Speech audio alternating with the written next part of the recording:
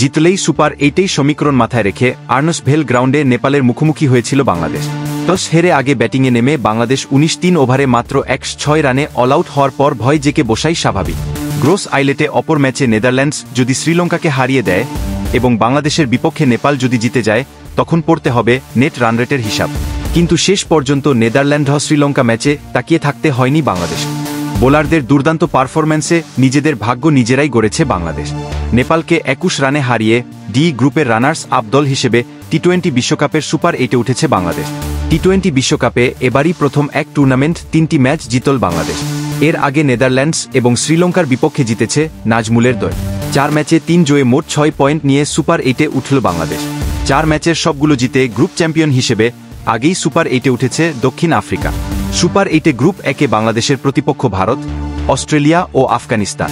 ব্যাটিংয়ের জন্য একটু কঠিন উইকেটে নেপালকে 8-5 রানে অল আউট করায় বড় অবদান পেসার তানজিম হাসান।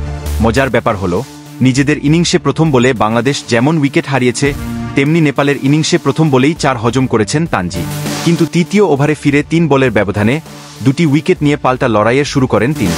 তৃতীয় বলে তানজিমের ফুল টস বল একটু দেরিতে মুভমেন্ট করায় ব্যাটে পাননি নেপালের ওপেনার কুশল ভুরতে। বোল্ড 1 বল পরই 3-এ নামা অনিল সাহাকে মিড অফে নাজমুল হোসেনের ক্যাচে পরিণত করেন তানজিম। 3 ওভার শেষে 9 রানে 2 উইকেট হারিয়ে শুরুতেই চাপে পড়ে নেপাল।